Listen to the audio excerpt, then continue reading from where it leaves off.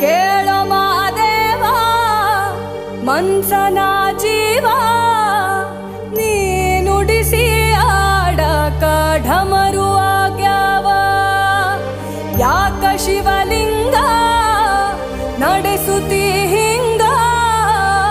ಏನೇನೂ ಇಲ್ಲಯ್ಯ ನಮ್ಮ ಕೈಯಾಗ ಎಡವಿಸಿ ತಾಳ